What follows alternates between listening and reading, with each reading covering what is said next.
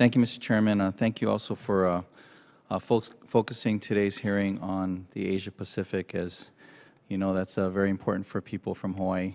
Wanted to welcome our witnesses, the Undersecretary, Admiral in General. Thank you very much for coming. Locklear, it is my understanding that the Pacific Fleet and the Atlantic Fleet are funded through separate budget offices.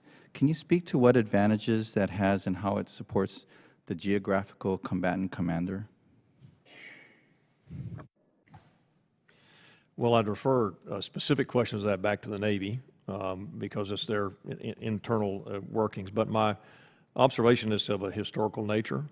It was put that way because of the way that our fleets are laid down globally and the significant influence that the Pacific Fleet has in the power projection of U.S. interest into what's over half the world.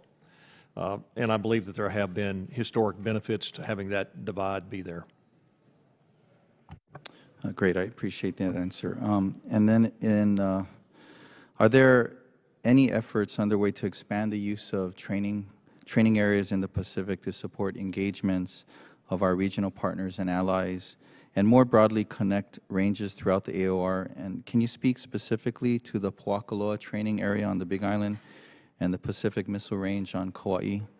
Some of the infrastructure needs there, and more importantly, how resources are being allocated to support upgrades at training ranges in the PACOM AOR. Thank you. As I previously laid out, we have a series of ranges that we need to support our forward forces. During that dialogue, I did not mention Hawaii, and I should have, because that's where I live and where I breathe and where we have tremendous requirements. So in the case of the ranges on the Big Island, I'm a supporter of moving forward with those ranges. We are in need of those if we intend to maintain a forward footprint of Marines and Army personnel in Hawaii, which I very fully support a robust presence there.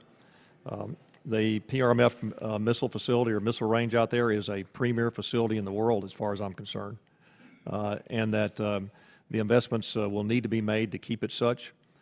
It has access to open space and open airways and open sea space that allow us to do from Missile Defense Agency to all the other services to be able to do the right testing and evaluation of those systems that allow us to be relevant in the 21st century.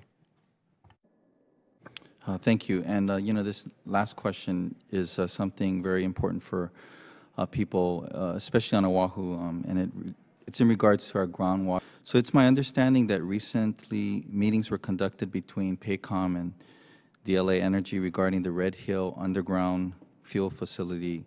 And though we know that fuel storage is necessary and important to support strategy and posture of your AOR, what is the plan to upgrade the aging infrastructure to ensure that communities that surround Red Hill, in addition, the hub that supplies about half the island with their water, are safe from contamination of, are safe regarding the water supply? Yes, sir. This is a high priority for me because we very much respect the opportunity to be in Hawaii and to have these facilities there.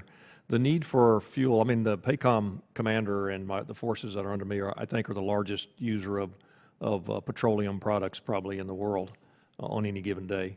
And they have to be distributed throughout a vast area on only a very small number of nodes to be able to get at it. And historically, the Red Hill facility has provided a huge strategic reserve in case something happens out here.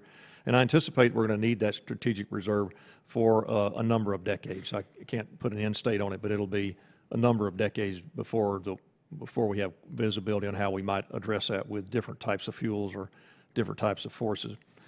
So what we've done is once we discovered that there was a potential leak in a couple of the tanks, we took immediate action to ensure there wasn't any damage to the water systems. And we have a comprehensive plan that both DLA and my staff have brought back to the legislature in Hawaii that I'll happy to have somebody come brief you on that if you desire.